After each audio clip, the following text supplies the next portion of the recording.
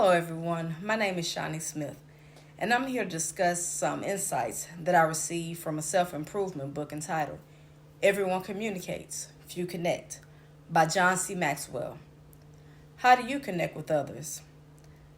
I connect with others by asking about where the person's from, his or her profession, and interests.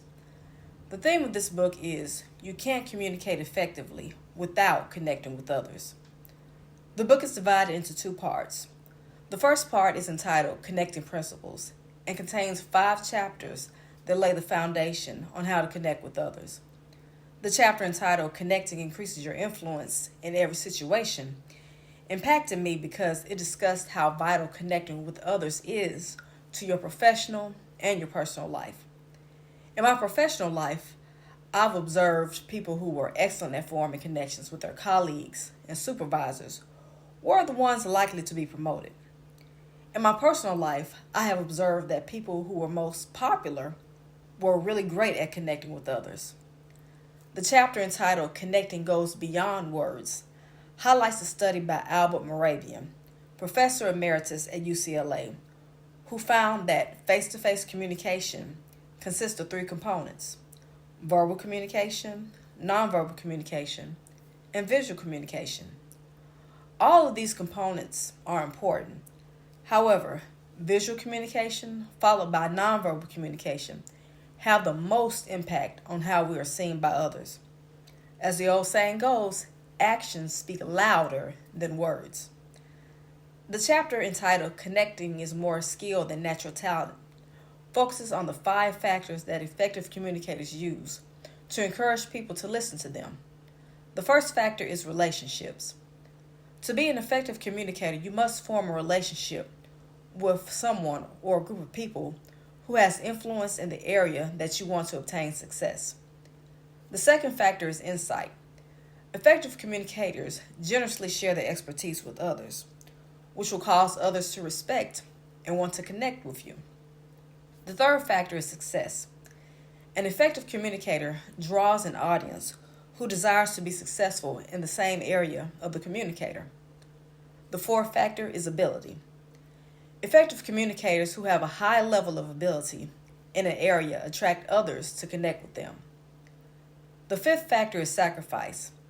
Effective communicators who have made sacrifices, overcome obstacles, or have suffered tragedies and have remained optimistic despite these circumstances can really connect with others. This chapter stood out to me because growing up as an introvert, I thought that some people were just gifted at connecting with others. In my professional career, I began to realize that connecting with others is something that you have to really continuously work at. The second part of the book is entitled Connecting Practices, which gives you practical advice on how to connect with others. The chapter entitled Connectors Do the Difficult Work of Keeping It Simple provides 5 guidelines that effective communicators use to simplify their messages. Number 1, talk to people, not above them. Don't use professional jargon when communicating with an audience who's unfamiliar with your area of expertise. Number 2, get to the point.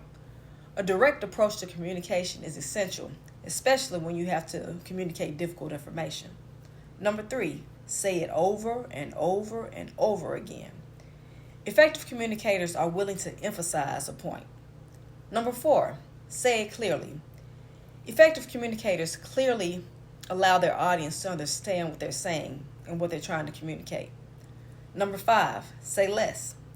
Effective communicators don't overwhelm their audience with too much information. This chapter made an impression on me because it emphasizes what I need to do as a public speaker to effectively connect with my audience. The chapter entitled Connectors Inspire People resonated with me because I aim to inspire others each and every time that I speak. This chapter highlights an inspiration equation the author developed to describe how effective communicators inspire others. What they know plus what they see plus what they feel equals inspiration. What they know. This means the audience needs to know that you understand them and are focused on them. What they see. The audience needs to see that you're passionate about what you're presenting. What they feel. The audience needs to feel that you are passionate about your subject and about their success and well-being.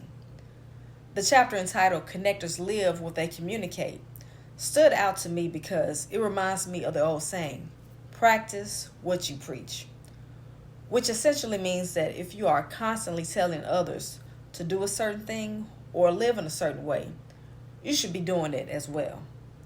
Your credibility as an effective communicator is reduced if it's revealed that you don't practice what you preach.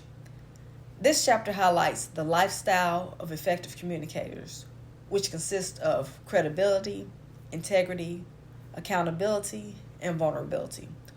Overall, I've learned that in order to be an effective communicator, you must be passionate about your subject matter, empathetic to the needs of your audience, and consistently seek opportunities to improve your communication skills.